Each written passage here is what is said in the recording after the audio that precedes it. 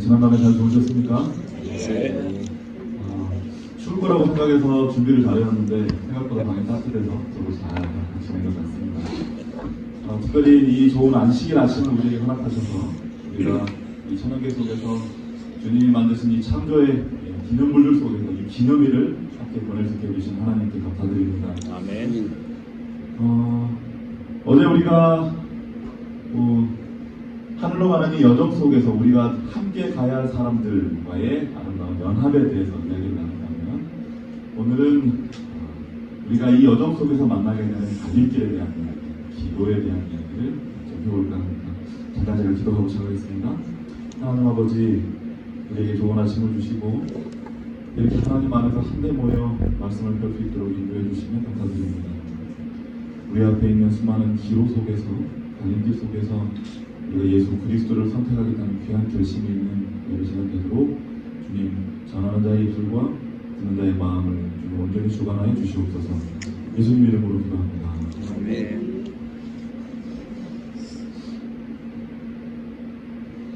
제가 상륙대학교에서 신학과를 다닐 때도 그렇지만 세미나리에서 수업을 하다 보면 수업을 시작하기 전에 교수님들이 기도를 하자 말씀하시는 경우가 많아요. 그런데 기도를 할 때 학생들에게 이렇게 혹시 함께 기도했으면 좋을 만한 기도 제목이 있느냐라고 물을 때가 있습니다. 작년 12월에 어느 날 그날 아침에도 교수님이 학생들에게 우리가 함께 기도했으면 하는 제목이 있느냐고 물었습니다. 그때 한 학생이 손을 들고 이야기를 해놨습니다. 그런데 그의 입에서 나온 이름은 안타깝게도 며칠 전에 교통사고로 세상을 떠난 안나킴이라는 앤드루스 한인교회 아니고 앤드루스 대학교에 다니는 한 학생의 이름을 꺼냈어요. 그 학생이 휴가를 마치고 복귀하다가 근처에 있는 큰 도로에서 사고가 나서 한산을 하고 있습니다. 이미 학생들에게 메일로 그 사실이 이렇게 알려져서 모두가 대부분 그 사고에 대해서 알고 있었기 때문에 모든 학생들이 수기하게 해줬습니다. 모두들 안타까운 마음으로 그녀를 위해서 기도하자라고 이야기를 했습니다. 그런데 혹시 또 다른 기도 제목이 있느냐라고 물었더니 또 다른 학생이 손을 들고 이런 얘기를 해요. 지난 주말에 저희 아내가 아이를 낳았습니다. 무사히 딸을 낳았다는 거예요. 그리고 그 아이의 이름은 그레이스, 그러니까 은혜라는 이름을 가진 아이인데 이 아이가 잘 자랄 수 있도록 기도해달라고 얘기했습니다. 그래서 교수님이 그날 기도를 하시면서 정말 두 가지를 놓고 기도를 했습니다.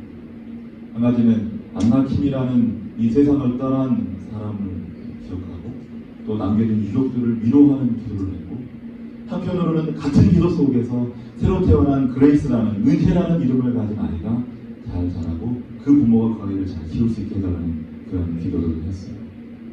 그러니까 하나의 기도 속에 인생에서 일어날 수 있는 두 가지 큰 사건이 동시에 언급되는 것입니다. 죽음과 탄생과 죽음이 언급되면서 이 두 가지의 일이 생각보다 그리 멀지 않다는 사실을 깨닫게 해줬던 것입니다. 한국에서 목회를 하면서 제가 이와 비슷한 감정을 가졌을 때가 또 있었습니다. 이 서울권에서 목회를 하다 보면 삼육서울병원, 그러니까 위생병원에 자주 가게 되는데요. 저나 제 가족 때문에 가는 일도 있지만 거의 목사님들이 병원 가는 경우는 그런 것 때문에 가는 게 아니라 아픈 성도들을 찾아가서 위로하고 격려하고 기도해 주기 위해서 가요. 그런데 이 병원에 가서 입원실로 올라갈 때마다 묘한 감정을 가지게 되는데요. 삼육서울병원의 중앙 계단으로 우리가 이렇게 올라가게 되면 그 계단의 끝에서 양쪽으로 가려는 갈림길을 만나게 됩니다. 그런데 그 갈림길에서 중앙 계단으로 올라가서 왼쪽으로 가면 거기에 뭐가 있냐면 중환자실이 있습니다. 어찌 보면 생사를 다투는 인생의 거의 끝자락에 몰려있는 사람들이 사투를 벌이는 곳이 바로 왼쪽으로 갔을 때 나오는 중환자실이에요. 그런데 그 중앙 계단에서 오른쪽으로 꺾어져 가게 되면 어디가 나오냐면 산부인과 병동이 나옵니다. 그러니까 이 한쪽 끝에서는 이제 막 태어난 생명을 놓고 하나님께 감사하고 희망에 부풀어 있는 사람들이 이 한쪽 끝에 있는 것입니다. 그러니까 병원의 한 층인데 한쪽에서는 생명이 꺼져가는 사람들을 붙들고 실험하는 곳이고 한쪽 끝은 이제 태어난 생명을 위하여 기뻐하는 공간이 바로 그 장소인 것입니다. 이처럼 생각해보면 탄생과 죽음, 생명과 사망, 인생의 시작과 인생의 끝이라는 인생의 먼 양쪽 끝에 존재하는 것처럼 보이는 이런 일들은 생각보다 우리 가까이에 있는 것입니다.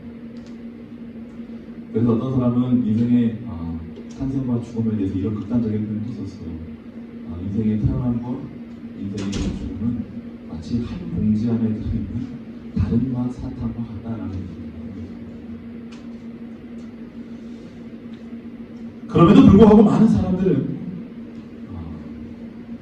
마치 자신의 인생이 영원할 것처럼 자신의 인생이 이런 죽음과는 전혀 상관이 없는 것처럼 생각하며 살아갑니다.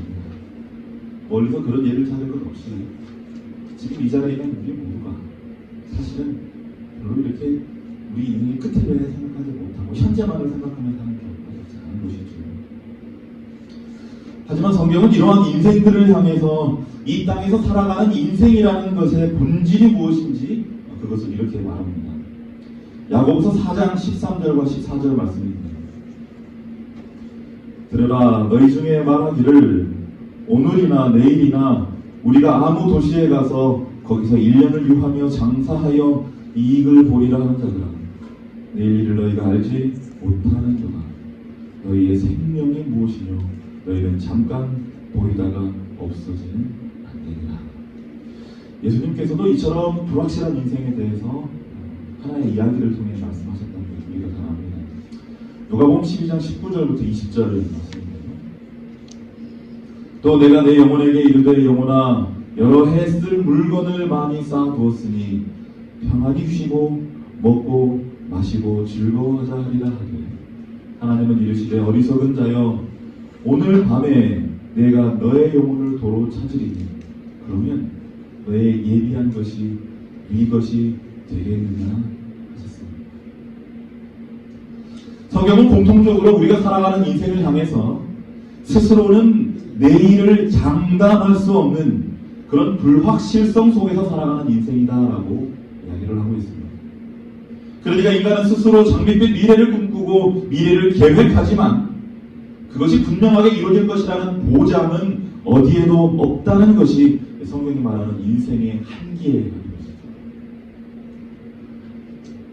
최근에 언론이 반복하여 말할 때에 이 세대를 살아가는 젊은이들이 왜 힘든가? 그들이 가장 두려워하고 힘들어하는 것이 무엇인가에 대하여 질문을 했을 때에 그들이 가장 먼저 얘기한 것이 나에게는 미래가 없기 때문이다. 다시 말해 나의 미래에 대하여 장담할 수 없기 때문이다 라고 대답을 많이 했다고 하는 것입니다. 이런 상황, 불확실성이 지속되는 상황들이 현대 세대를 가장 피로하게, 피곤하게 만드는 요인이 된다는 것입니다. 그러다 보니 많은 사람들이 꿈을 잃어버리고 당장 눈앞에 있는 기쁨과 만족을 쫓아서 살아가고 있는 것이죠. 내 미래가 더 이상 보장되지 않으니, 확실하지 않으니 지금 내가 누리는 이 현재를 가장 행복하고 기쁘게 사는 것이 가장 인생을 잘 사는 것이다 라고 말하기도 한다는 것입니다. 그러니까 절대 윤리를 쫓기보다는 상황 윤리가 대세되고 원칙이 기준이 되는 것이 아니라 감정이 그리고 감각이 선택의 기준이 되는 모습들이 우리의 삶 속에서 나타나고 있다는 것이죠. 그러니까 나에게 희망이 없다면 모든 규제를 벗어버리고 제한을 벗어버리고 현재를 즐기는 것이 최선이다. 이런 생각이 사회에 팽배해 있다는 것입니다. 그런데 이런 사람들의 상태를 정확하게 표현한 말씀이 시편 1편에 나와요. 시편 1편 4절은 이 세대를 향하여 이렇게 말합니다. 함께 읽어볼까요? 아기는 시작. 아기는 그렇지 않으며 오직 바람에 나는 겨와 같다. 사실 이 미시간 지역은 바람이 불어도 너무 강하게 부는 것 같습니다. 제가 이게 미국에 와서 보면 한국에서는 이 바람의 존재를 그렇게 크게 느끼지 않았는데 여기는 한번 바람에 불었다면 굉장히 심하게 부는 것 같아요. 그래서 이 겨울 같은 때는 이 바람이 불 때 낭만이라는 것을 도저히 찾아볼 수 없는데 뭐 이제 바람이 좀 살랑살랑 부는 그런 날을 한번 가정해 보겠습니다. 지금 이제 단풍이 들고 곧 있으면 낙엽이 떨어져서 이렇게 땅에 덮일 것인데 바람이 살랑살랑 불 때 이렇게 낙엽이 멋지게 하늘로 날려다니는 그런 모습을 보면 우리는 보통 어떻게 생각합니까? 굉장히 낭만적이다라는 그런 생각을 하게 되죠. 멋지다. 사진이라도 한 장 남겼으면 좋겠다. 이런 생각을 하게 되는 것 같습니다. 왜냐하면 이리저리 이렇게 날아다니는 낙엽을 보면 멋지고 한편으로는 굉장히 자유롭게 보이기도 하기 때문에 그런데 사실 이런 광경이 우리에게 뭔가 이렇게 멋지게 보일 수 있지만 세상은 어떻습니까? 여러분 낙엽이 바람에 날릴 때 사실 이 낙엽들은 자유가 있는 것입니까? 자유가 없는 것입니까? 자유가 있는 것입니까? 없는 것입니까? 자유가 없어요. 낙엽도 공중에 떠 있고 새도 공중에 떠 있다고 가정해 봤을 때 둘 사이에는 차이가 있습니까? 없습니까? 있습니다. 낙엽은 스스로 자신이 움직일 수 있는 방향을 정할 수 있습니까? 없습니까? 없어요. 그러나 새는 자신이 원하는 방향을 향하여 나아갈 수 있어요. 똑같이 공중에 떠 있는데 한 존재는 자신의 의지에 따라 방향을 정하지만 한 존재는 자신의 의지와 상관없이 날려다니고 결국은 그 바람이 잦아들면 땅에 떨어져서 사람에게 밟히어 아주 무가치하게 변하는 것이 그 낙엽의 씁쓸한 운명이라는 것이죠. 세상에 많은 사람들이 스스로는 자유롭게 살고 있다라고 얘기합니다. 그런데 그들의 삶을 조금만 더 들여다보면 그들은 스스로 살고 있지 않다라는 것이 증명됩니다. 왜냐하면 많은 사람들이 자기의 뜻대로 사는 것처럼 보이지만 누군가에 의하여 움직이며 살고 있기 때문에 그렇습니다. 뭐 한국의 교육 현실을 풍자한 드라마가 선풍적인 인기를 끌었다는 얘기를 들었는데 왜 부모들이 자녀들을 그토록 치열한 입시 현장으로 내몰고 있습니까?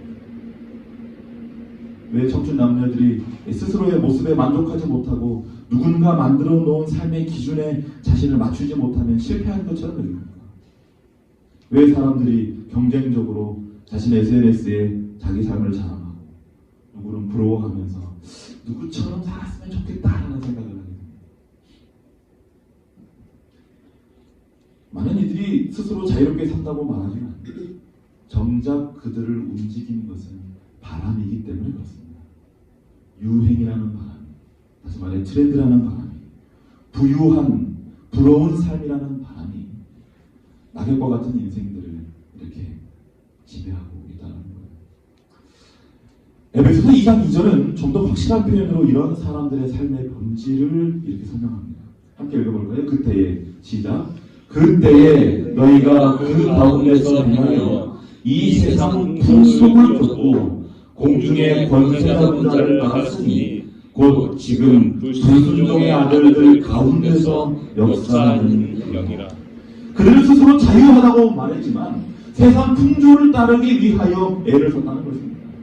세상 풍조를 따라 그것이 좋은지 나쁜지도 모르고 다른 사람들이 다 움직이는, 사회가 움직이는 그 방향을 따라 나도 그것에 맞추기 위하여 애를 썼던 시절이 있다는 거죠. 그러다가 이 유행이 잦아들면 어떻게 되는 것입니까? 그 끝에는 내가 쫓던 것이 아무것도 아니었다라는 허무함만 남게 되는 것입니다. 바로 이 세상 풍조를 따라 움직였던 사람들의 결국이라는 것입니다. 그러니까 자유한 것처럼 보이지만 사실은 성경이 말하는 것처럼 또 다른 권세의 지배 속에서 그것에 의하여 이리저리 휩쓸려 다니는 삶이 바로 세상의 삶이라는 겁니다. 결국 이 세상의 흐름에 자신을 맡기고 이리저리 휩쓸려 살아가는 것은 이 불확실한 시대의 정답이라고 말할 수 없다는 것입니다. 그렇다면 이러한 시대를 살아가는 인생의 바른 해답은 어디에서 찾을 수 있는가? 사실 오늘 우리가 읽었던 말씀들을 보면 그 말씀들의 전후 문맥 속에 사실 이미 실마리들이 들어있어요. 우리가 살폈던 몇 말씀들을 이제는 역순으로 다시 한번 되짚어보면서 그 실마리들을 찾아보도록 하겠습니다. 에베소서 2장 8절과 10절의 말씀을 보겠습니다. 너희가 그 은혜를 인하여 믿음으로 말미암아 구원을 얻었나니 이것이 너희에게서 난 것이 아니요 하나님의 선물이라. 우리는 그의 만드신 바라 그리스도 예수 안에서 선한 일을 위하여 지으심을 받은 자니 이 일은 하나님이 전에 예비하사 우리로 그 가운데서 행하게 하려 하십니다. 우리가 전에 보았던 에베소서 2장 2절에서는 우리가 세상의 풍속을 쫓던 불순종의 영을 따르던 사람들이었다라고 말하는데, 에베소서 2장 8절은 우리가 하나님의 은혜로 구원을 받아서 그리스도 안에서 우리를 지으신 목적대로 선한 일을 위해 사는 사람이 되었다라고 얘기해요. 그러니까 우리는 세상을 쫓아 풍속을 쫓아 살아가는 그런 사람이 아니라 하나님이 원래 우리를 위하여 예비하신 대로 선한 일을 위하여 만들어진 존재이고 그 일을 위하여 사는 사람이다라고 얘기하고 있다는 것입니다. 시편 1편은 4절에서 하나님을 떠나 살아가는 사람들을 가리켜 뭐라고 표현했어요? 바람에 나는 겨와 같다. 마치 낙엽과 같은 인생들이다라고 얘기를 했다는 것입니다. 그런데 시편 1편이 이런 존재들과 반대로 살아가는 다른 길을 선택하여 살아가는 사람들을 무엇이라고 표현했냐면 우리가 잘 아는 시편 1편 1절부터 3절까지의 말씀처럼 어떤 사람이라고 표현을 했어요? 복이 있는 사람이라고 표현을 했습니다. 그런데 이 사람들은 악인의 꾀를 쫓지 아니하고 죄인의 길에 서지 아니하고 오만한 자의 자리에 앉지 아니하고 오직 무엇을 즐거워하는 사람이다? 여호와의 법을 즐거워하여 그것을 주야로 묵상하는 사람입니다.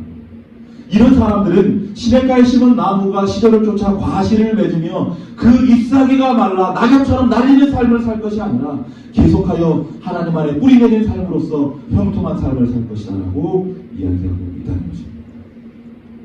다른 삶이 있다는 거예요. 누가복음 12장 19절 20절에서 예수님께서는 자신을 위하여 재물을 쌓아두고 만족하는 사람들을 향해서 어리석다라고 말씀하셨죠. 어리석은 자예요. 그리고 직접적으로 이 이야기 속에 어리석은 자가 이런 사람이라고 말씀하셨습니다. 자기를 위하여 재물을 쌓아두고 하나님께 대하여 부유치 못한 자가 이와 같으니라. 다시 말해 이런 사람들은 어떤 사람이다? 어리석은 자다라고 말씀하신다는 것이죠. 그렇다면 예수님께서 이런 사람들은 어리석은 자다라고 말씀하셨다면 지혜로운 사람들은 어떤 사람인가? 누가복음 12장 31절의 지혜로운 사람에 대해서 이렇게 표현하는 것입니다. 함께 읽겠습니다. 오직 너희는 시작. 오직 너희는 그의 나라를 구하라. 그리하면 이런 것을 너희에게 더하시리라. 자신을 위하여 재물을 쌓아두는 사람, 그것을 자신을 위하여 계속 가지기만 하고 나눠줄 수 없고 하나님을 위하여 사용하지 않는 사람들은 어떤 사람이지만 어리석은 사람이지만 먼저 하나님의 나라를 구하며 인생의 목적을 그에게 두는 사람은 바로 지혜로운 사람이라고 말씀하신다는 거예요. 그렇더니 이제 우리가 처음 읽었던 야고보서 4장 14절에서 너희 내일 일을 너희가 알지 못하는도다. 너희의 생명이 무엇이냐? 너희는 잠깐 보이다가 없어지는 안개니라라고 이야기를 하셨는데 여기에 보면 너희의 생명이 무엇이냐라는 이런 질문이 나오죠. 그런데 이 너희의 생명이 무엇이냐라는 이 표현을 원래 의미대로 원문으로 살펴보면 이런 질문이라고 해요. 너희의 생명이 무엇을 위해 존재하느냐라는 얘기라고 합니다. 그러니까 야고보는 인생의 허무에 대하여 이야기를 하면서 너희 인생의 목적이 무엇인지 아느냐라고 얘기하고 있는 것이죠. 질문하는 것입니다. 너희는 과연 너희 인생의 목적이 무엇이라고 생각하느냐? 그러면서 바로 이어지는 15절에서 그 질문에 대한 답을 주고 있는 것이죠. 쉬운 성경으로 보면 야고보서 4장 15절은 이렇게 읽을 수 있습니다. 그러므로 여러분은 주님께서 원하시면 우리가 살 것이며 이런저런 일을 할 것이다 라고 말해야 합니다. 야고보는 우리의 인생의 목적에 대하여 무엇이라고 말하냐면 누가 원하시면 주님께서 원하시면 우리가 살고 이런저런 일을 하는 것이다 라고 이야기한다는 것입니다. 다시 말해 우리의 인생의 목적은 누구를 위하여 사는 것입니까? 하나님을 위하여 사는 것이 우리의 목적이자 가장 가치 있는 길이라고 설명하고 있는 것이죠. 이렇듯 성경은 인생의 불확실성에 대하여 말하면서도 항상 같은 결론을 내리고 있습니다. 우리의 인생은 불확실하지만 우리 인생의 목적을 가장 확실한 하나님께 두라라고 얘기하는 거예요. 하나님이 원하시는 대로 그분의 법을 따르고 그분의 말씀을 따르고 하나님의 나라를 구하는 삶을 살아가는 것이 우리의 인생의 목적이라 불확실한 이 시대에서 생과 사가 알려지는 이 시대에서 가장 확실한 것을 붙드는 삶이다라고 설명하고 있는 것이죠.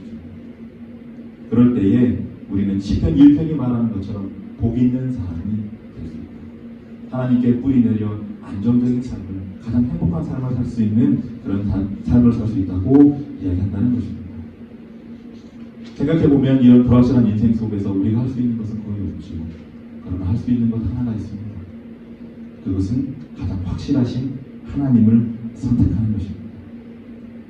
우리 인생 앞에 있는 생과 사의 갈림길에서 그리고 그 생과 사의 갈림길의 본질인 우리의 뜻대로 살아가는 인생과 하나님의 뜻대로 살아가는 이러한 갈림길에서 우리 하나님의 편을 선택하는 주의 자녀들 되시기를 간절히 바랍니다. 우리가 하나님의 편을 선택합니다. 우리는 잠깐 있다가 사라지는 안개처럼 살지 않습니다. 지금은 자유롭게 날아다니는 것처럼 보이지만 결국은 땅에 떨어질 낙엽처럼 살아가지 아니하고 하나님 앞에 뿌리 내리고 계속하여 과실을 맺히는 풍성한 삶을 살 수 있게 될 것입니다. 이 기도에서 예수 그리스도를 선택함으로 풍성한 복을 누리는 주의 자녀들 되시기를 간절히 바랍니다. 그런데 우리가 여기에서 한 가지 더 생각해 봐야 할 것이 있습니다. 우리는 이미 침례를 받고 주의 자녀라고 공언하는 사람들이죠. 그러므로 우리는 세상 사람들의 눈으로 볼 때에는 세상을 선택한 사람들입니까? 아니면 예수님을 선택한 사람들입니까? 우리는 이미 예수 그리스도를 선택한 사람들이라고 볼 수 있습니다. 그런데 이 시간 우리의 마음에 손을 얹고 다시 한번 생각해 봐야 할 것이 있습니다. 나는 예수를 선택한 사람이다라고 공언하며 살고 있는데 그렇다면 나의 이러한 선택은, 나의 이러한 고백은 얼마나 진실한 것이었으며 지금은 얼마나 유효한 것인가라는 점입니다. 그 옛날 중국 제나라에 살았던 이 혼기가 다 차서 이제는 시집을 가야 할 한 아가씨가 있었어요. 그런데 그 처녀에게 중매가 들어왔습니다. 동시에 들어왔어요. 그래서 부모님은 이 두 사람을 다 만나보고 우리 딸을 어디로 시집 보낼지 결정해야 되겠다라고 얘기했습니다. 첫 번째 남자를 만났는데 이 첫 번째 남자는 동쪽에 사는 남자였어요. 그런데 재산이 엄청나게 많고 가문도 굉장히 훌륭했습니다. 그런데 결정적인 흠이 하나 있었어요. 얼굴이 너무 못났습니다. 그래서 그 남자 집에 가면 우리 딸이 정말 굶지 않고 이렇게 밥은 잘 먹을 수 있을 것 같은데 그 남자 얼굴을 보면서는 도저히 밥을 못 먹을 것 같은 그런 얼굴을 가지고 있어요. 아쉽다. 그리고 이제는 또 다른 중매가 들어온 남자를 만나러 가는데 서쪽에 있는 남자를 만나요. 그런데 그 남자를 보자마자 반했습니다. 얼마나 잘생겼는지. 이런 사람과 함께 살면 정말 평생 얼굴만 봐도 행복할 것 같아요. 그런데 이 남자도 결정적인 흠이 있는 것입니다. 너무 가난해요. 얼굴 뜯어먹고 살 수 있는 건 아니잖아요. 그죠? 먹고 살 게 있어야 너무 가난한 것입니다. 그래서 왜 이 세상에 완벽한 사람이 없는가 생각하고 이제 부모님이 집으로 돌아와서 딸에게 이렇게 묻는 것입니다. 내가 두 남자를 만나고 왔는데 다 좋은 사람들이긴 하다. 그런데 네가 선택을 해야 되니까. 동쪽에 사는 남자는 굉장히 잘 사는데 솔직히 얼굴이 좀 못난다. 서쪽에 사는 남자는 반면에 얼굴이 너무 잘생겼는데 너무 가난해서 밥이나 먹을 수 있을지 모르겠다. 선택은 네가 하는 거다. 네가 동쪽에 사는 남자가 마음에 들면 오른쪽 소매를 걷어 올려봐 이렇게. 서쪽에 사는 남자가 마음에 들면 왼쪽 소매를 걷어 올려라. 그렇게 하고 그 딸에게 선택권을 줬어요. 그랬더니 그 딸이 어떻게 했을까요? 두 손을 다 드는 것입니다. 그러면서 이런 얘기를 해요. 간단하지 않습니까? 그러면 동쪽에 있는 집에 가서는 눈 감고 밥만 먹고 살기는 어디 가서 살면 되지 않겠습니까? 서쪽에 가서 살면 되지 않겠습니까? 그래서 나온 고사성어가 동가식, 동쪽 집에 가서는 뭐하고? 밥을 먹고, 서가 서쪽에 있는 집에 가서는 뭐하고? 살고 이런 얘기가 나왔다는 거예요. 그런데 이 얘기가 굉장히 우리는 이게 웃으면서 들을 수 있는 이야기지만 때때로는 누구의 이야기이기도 하냐면 하나님 앞에서 우리에게 이야기하기도 하다는 것입니다.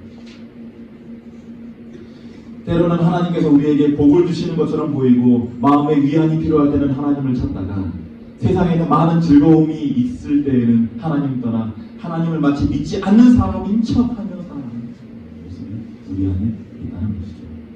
그러니까 하나님을 선택했다라고 말을 하는데 그 선택이 속된 표현으로 양쪽에 모두 다리를 걸치고 있는 양다리와 비슷한 모습이 되기도 하는 것이 바로 현대를 살아가는 그리스도인들의 모습인 것입니다.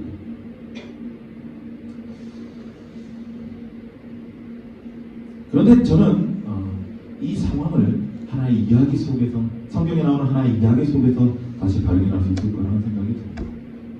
창세기 19장 24절부터 26절에 보면 우리에게 익숙한 하나의 사건이 등장합니다. 여호와께서 하늘 곧 여호와께로부터 유황과 불을 소돔과 고모라에 비같이 내리사 그 성들과 온 들과 성에 거주하는 모든 백성과 땅에 난 것들을 다 엎어 멸하셨더라. 그런데 롯의 아내는 뒤를 돌아보았으므로 소금 기둥이 되었다. 하나님께서 롯을 사랑하셔서 그의 가족을 소돔의 멸망에서 벗어나서 면할 수 있도록 해주셨는데 롯의 아내는 뭐 했기 때문에? 뒤를 돌아보았기 때문에 소금 기둥이 되었다라는 말씀이에요. 저는 사실 처음에 어려서 이 말씀을 읽었을 때는 하나님이 너무 감옥하다라는 생각을 했습니다. 물론 뒤를 돌아보지 말라고 말씀하셨지만 실수로 뒤를 돌아볼 수 있고 급하게 도망가다가 이렇게 신발이 벗겨져서 이렇게 신발을 줍기 위해 뒤를 돌을 수도 있는데 그것 때문에 소금 기둥으로 만드셨다라는 얘기를 하고 여겨지니까 야, 하나님이 너무 무서운 분이다라는 생각을 했다는 것이죠. 여러분은 이 기사를 어떻게 이해하고 계십니까? 누군가가 여러분에게 이 이야기를 하면서 야, 하나님이 어떻게 뒤를 돌아봤다고 이렇게 소금 기둥으로 만드는 관용 없는 하나님이냐라고 물은다면 여러분들 어떻게 대답하시겠습니까? 시간이 지나서 제가 어른들이 읽는 대전투 총서를 읽기 시작했을 때 저는 이 부분에서 고개를 끄덕이게 됐습니다. 부조와 선지자의 이런 말씀이 있습니다. 그 여자의 몸은 롯의 아내를 말하는 것입니다. 그 여자의 몸은 들에 나와 있으면서도 마음은 소돔에 달라붙어 있었으므로 그것과 함께 멸망했다. 저는 롯의 아내가 소돔을 떠났지만 중간에 뒤를 돌아봤기 때문에 소금 기둥이 됐다고 생각했어요. 그런데 사람의 마음의 중심을 보시는 하나님의 눈에는 롯의 아내는 소돔을 떠나는 것이 아니었다는 것입니다. 여전히 그녀의 마음은 어디에 머물러 있었어요? 소돔에 머물러 있었어요. 소돔은 하나님 보시기에 악했으므로 멸망했어야 했습니다. 그렇기 때문에 하나님의 눈에 여전히 그의 마음이 멸망할 소돔에 달라붙어 있는 롯의 아내는 소돔을 떠나지 아니하였으므로 소돔과 함께 멸망할 수밖에 없었다는 것입니다. 여러분 사실 롯의 모든 가족이 다 소돔을 떠난 것이 아니었죠. 누가 떠나지 않았다라고 성경이 기록합니까? 두 사위는 떠나지 않았다고 기록합니다. 그 사위들은 소돔이 멸망할 것이다 떠나야 한다라고 말했을 때 고웃음을 치며 말했습니다. 우리가 왜 나갑니까? 어떻게 그런 일이 있겠습니까? 그렇기 때문에 그들은 소돔과 함께 운명을 같이 했죠. 그런데 또 다른 부류의 사람이 있다는 것입니다. 다시 말해 나는 소돔을 떠나겠다고 나는 하나님의 경고를 믿겠다고 입으로는 공언하였으나 무엇은 떠나지 않은 사람? 마음은 떠나지 않은 사람이 있었다는 것입니다. 이 세상의 마지막에도 동일한 부류의 사람들이 존재할 것입니다. 어떤 사람들은 하나님의 존재를 부인하고 철저한 악의 모습으로 살아갈 것입니다. 마치 롯의 사위와 같은 사람들이죠. 그들에게 하나님의 관용이 주어질 수 없는 것은 어찌 보면 당연한 일일 수밖에 없습니다. 그런데 또 어떤 부류의 사람이 있을 것입니까? 입으로는 그리스도인이라고 입으로는 나는 예수 그리스도를 믿고 따른다고 말하지만 실제로는 여전히 세상에 그들의 마음에 머물러 있는 사람들이 있을 수 있다는 것이죠. 그 사람들은 어떻게 될 수밖에 없습니까? 하나님께서 이 세상의 모든 죄의 흔적을 멸하실 때 다시 새롭게 하시기 위하여 그 모든 것을 사라지게 하실 때 그들 역시 그 사라질 것에 마음을 주었으므로 그것들과 같은 운명에 처할 수밖에 없습니다. 결국 롯의 아내가 진실하지 못한 선택을 하였으므로 소금 기둥이 된 것처럼 만약 우리의 선택이 진실하지 못하다면 우리 또한 같은 운명에 들어갈 수밖에 없다는 것입니다. 우리 모두가 다 예수 그리스도를 믿기로 선택한 사람이기 때문에 우리는 함께 예배하고 있습니다. 함께 안식일을 보내는 것이죠. 그러나 중심을 보시는 하나님의 눈과 눈에 과연 우리는 어떠한 모습으로 비칠까를 생각해 볼 필요가 있습니다.